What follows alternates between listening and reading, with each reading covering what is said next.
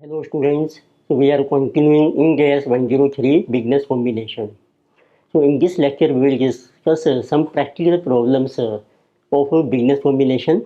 So these are taken from study material questions as well as past examination questions. So let us start with problem number 4. So in this question you can see data given is so as part of its business expansion strategy, KK Limited is in process of setting up a pharma intermediate business which is at a very initial stage. For this purpose, KK Limited has acquired on 1st April of current financial year 100% shares of AB Limited that manufactures pharma intermediates. तो इसमें एक KK company है, उसने एक pharma business acquire किया है A B limited 100%. The purchase consideration for the same way for share exchange value date रुपये 35 करोड़ से. तो उसका जो कंसीडरेशन है बाय शेयर एक्सचेंज इस value is 35 crore and fair value A B limited net assets was rupees 15 crore but it does not include. तो इसकी net assets की वैल्यू भी है आपको ए बी लिमिटेड की, पर इसमें कुछ ऐसे आइटम्स हैं जो आपके इंक्लूड नहीं हैं विच आर गिवन है जो फॉलो ये. Number 1, a patent owned by AB Limited for an established successful intermediate drug that has a remaining life of 8 years. तो एक AB के पास पेटेंट है जो सक्सेसफुल ड्रग है जिसकी लाइफ है 8 ईयर्स एंड कंसल्टेंट ने एस्टिमेट की है वैल्यू ऑफ दिस पेटेंट को भी 10 crore but the outcome of clinical trials for the same was awaited. पर इसके जो ट्रायल्स हैं उसका रिजल्ट अभी अवेटेड है. तो if trials are successful the value will be our 15 crore. तो आपने देखना है पेटेंट है तो इसकी आज जो वैल्यू है वो है 10 करोड़. तो ये भी आपकी एसेट मानी जाएगी और फ्यूचर में जो वैल्यू होगी इफ़ ट्रायल्स आर सक्सेसफुल उसको हम कंसीडर नहीं करेंगे. Second, AB Limited has also developed and patented a new drug which has been approved for clinical use. तो एक और ड्रग का लाइसेंस है which is already approved and the cost of developing a drug was 12 crore but based on early assessment of its sales success value has estimated is market value 20 crore. तो ये पहली success है, एक में ये भी पेटेंट आपकी इंटेंजिबल एसेट मानी जाएगी और इसकी फेयर वैल्यू है 20 करोड़ से. और एक थर्ड आइटम मेंशन की है AB Limited manufacturing facilities have received A favourable inspection by government department. As a result of this, company has been granted 5-year license to manufacture and distribute a new vaccine. Although the license has no direct cost to the company, it's directly believed that obtaining the license is a valuable asset which assures guaranteed sales and value for the same is estimated at रुपये 10 करोड़. एक आपके पास एक government का licence है तो जिसकी value है आपकी 10 करोड़. तो ये भी आपकी इनटेंजिबल एसेट मानी जाएगी. So KK Limited has requested you to suggest accounting treatment of the above transaction as per Ind AS 103. तो आपने देखना है ये जो ट्रांजेक्शन है बिजनेस कॉम्बिनेशन की इसको हम कैसे रिकॉग्नाइज करेंगे KK की बुक्स में. तो देखते हैं डाटा आपको देखो मेंशन किया है. तो वन इज KK लिमिटेड, तो इसने एक्वायर किया है 100% ऑफ AB लिमिटेड और इसको आपने जो एक्वायर किया है उसका जो कंसिडरेशन है रुपीज़ 35 करोड़. तो KK has acquired AB Limited for rupees 35 crore. तो रुपीज़ आपके करोड़ में दिए हैं. अब आपको मेंशन किए हैं जो फेयर वैल्यू है net assets of AB Limited वो आपको मेंशन की है. तो फेयर वैल्यू नेट एसेट्स आपको दी है रुपीज़ 15 करोड़ से. अब इस नेट एसेट्स में आपकी कुछ आइटम्स हैं जो नीचे की हैं हमें वो इंक्लूड नहीं है तो उसको हमने देखो रिकॉग्नाइज किया है. तो फर्स्ट है आपकी बुक्स में patent, this is for our drug. तो पेटेंट फॉर ड्रग उसकी जो फेयर वैल्यू है वो हमने एस्टिमेट की है as on date of acquisition. So this will be our rupees 10 crore. देखिए फ्यूचर में आपके ट्रायल से सक्सेस हो जाते हैं देन इस वैल्यू विल बी 15 करोड़. पर आपने लेनी है as on acquisition date how much की fair value that is rupees 10 crore. तो एक सेकंड पॉइंट में आपको दिया है एक है patent for a new drug. AB Limited has a patent this is for new drug. उसकी भी आपको फेयर वैल्यू मेंशन की है. तो उसके जो ट्रायल्स हैं वो ऑलरेडी सक्सेस हैं तो उसकी फेयर वैल्यू है आज की डेट में 20 करोड़. पर इसकी जो कॉस्ट की डेवलपमेंट की 12 करोड़ उसको हम क्लियर नहीं करेंगे, इसको भी वैल्यू करेंगे fair value as rupees 20 crore से. और नंबर थर्ड एक आपको मेंशन किया है एक आपके पास है गवर्नमेंट लाइसेंस जिसके बेस पर आपको बेनिफिट मिलेगा आने वाले 5 सालों में to develop a new vaccine और इसकी आज जो फेयर वैल्यू है जिस रुपये 10 करोड़. तो ये भी आपकी सेपरेट इंटेंजिबल एसेट मानी जाएगी एट ₹10 करोड़ से। तो it means in business combination we will recognise जो प्रेजेंट नेट एसेट्स है plus these intangible assets also and then we will compare with consideration difference will be goodwill और capital reserve. तो let us say what will be entry in books of K K limited.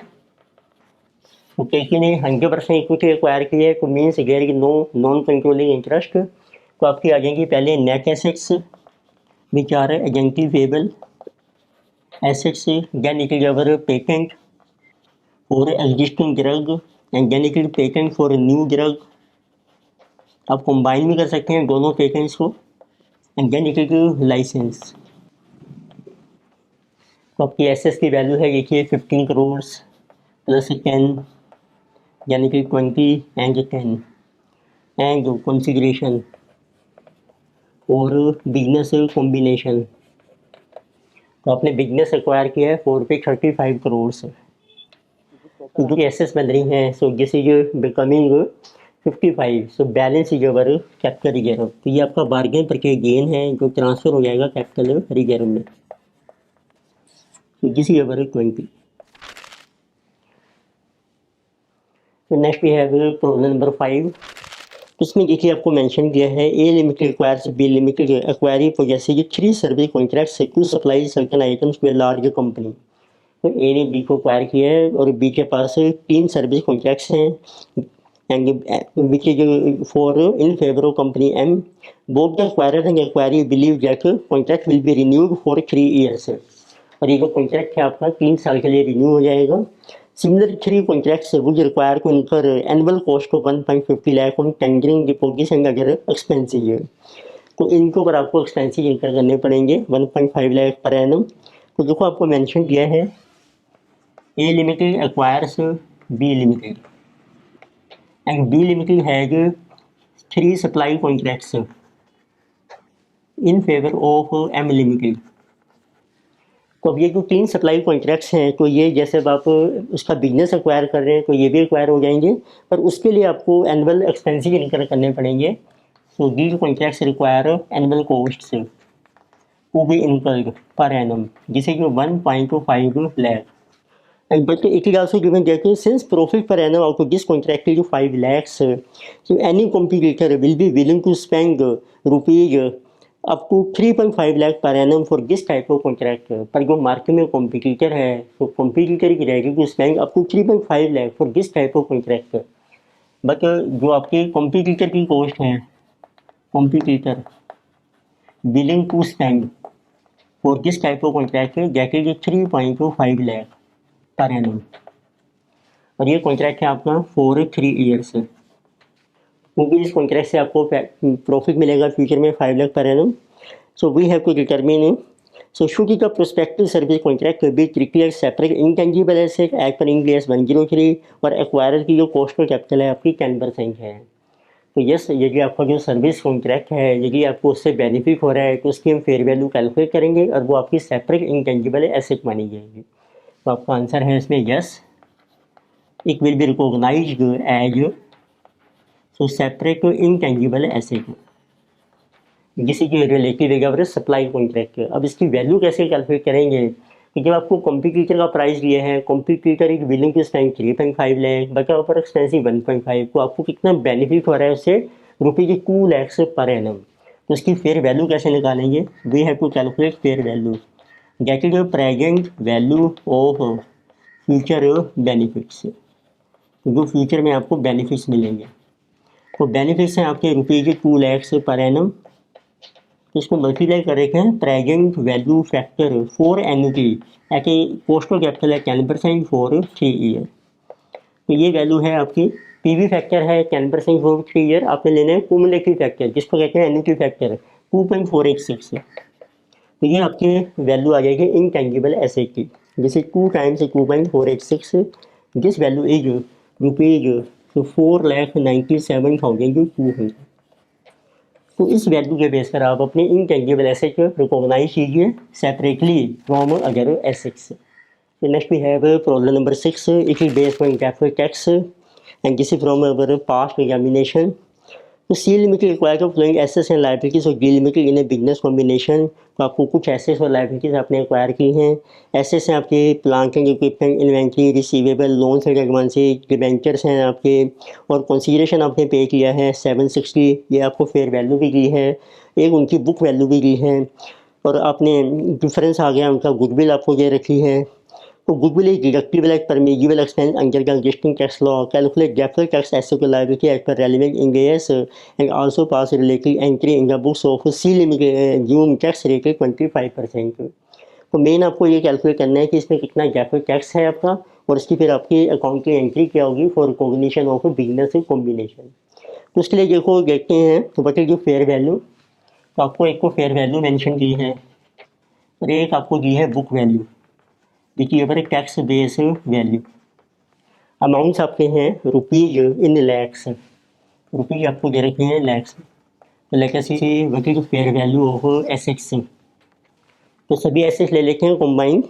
Plant है, inventory, receivable, loan, उनकी जो fair value है total 910 lakhs, और इसकी जो book value है जिसे 955 लैक्स। फिर आपको लाइबिलिटीज में मेंशन किए हैं 10% डिबेंचर, उसकी फेयर वैल्यू और बुक वैल्यू दोनों ही सेम है, जैसे कि 200। It means balance will get net assets. Net assets की जो फेयर वैल्यू है जिसे 710, बट बुक वैल्यू है 755। तो जब आपकी नेट एसेट्स की फेयर वैल्यू आपकी रिड्यूस हो रही है तो इट मीन्स उसके बेस पर अब आपको टैक्स सेविंग मिलेगी फ्यूचर में। तो बिकॉज क्योंकि अब आपने जो डिफरेंस है आपका 45 का, उसको अमोर्टाइज करोगे तो उसमें आपको ज़्यादा पर आपको टैक्स में बेनिफिट मिलेगा। तो इट मीन्स उसके लिए आपको क्रिएट करनी है deferred tax asset. So how much is decrease in fair value, जितना डिक्रीज हो रहा है हमारा इन फेयर वैल्यू में इनटू टैक्स रेट, तो गेट इट गिवन। तो आपका डिक्रीज है फेयर वैल्यू में 45 लाख, टैक्स रेट आपको दिया है 25%। तो this value deferred tax asset के लिए 11.25। अब आप बिजनेस कॉम्बिनेशन की एंट्री कर सकते हैं। कंसीडरेशन देखो आपको मेंशन किया है क्वेश्चन में, कंसीडरेशन फॉर बिजनेस कॉम्बिनेशन ये आपको दिया है। देखो कॉलम फेयर वैल्यू के कॉलम में कंसीडरेशन पे की 760 लैक्स, 760 आपने कंसीडरेशन पे किया है।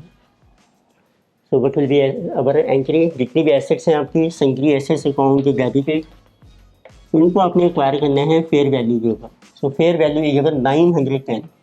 फिर एक आपने डेफर्ड टैक्स एसेट को रिकॉग्नाइज करनी है, deferred tax asset account debited, इसी के 11.25। To sundry liabilities which are only 10% debenture, ये एक ही लाइबिलिटी है जिसे कि 200। To consideration for business combination, उसकी वैल्यू दी है आपको 760 लैक्स। डिफरेंस आपका गुडविल या कैपिटल रिजर्व में एडजस्ट हो जाएगा, जिसे 960 और इसकी वैल्यू कम है आपकी, तो जिसे की कमिंग 960 माइनस 921.25, तो आपकी गुडविल आ गई 38.75। तो this will be debited to goodwill. इस लेक्चर में हमने डिस्कस की कुछ practical problems of business combination Ind AS 103। बाकी प्रॉब्लम्स कंटिन्यू करेंगे नेक्स्ट लेक्चर में। वीडियो आपको अच्छी लगती है सब्सक्राइब कीजिए, कमेंट कीजिए, शेयर कीजिए। Thank you.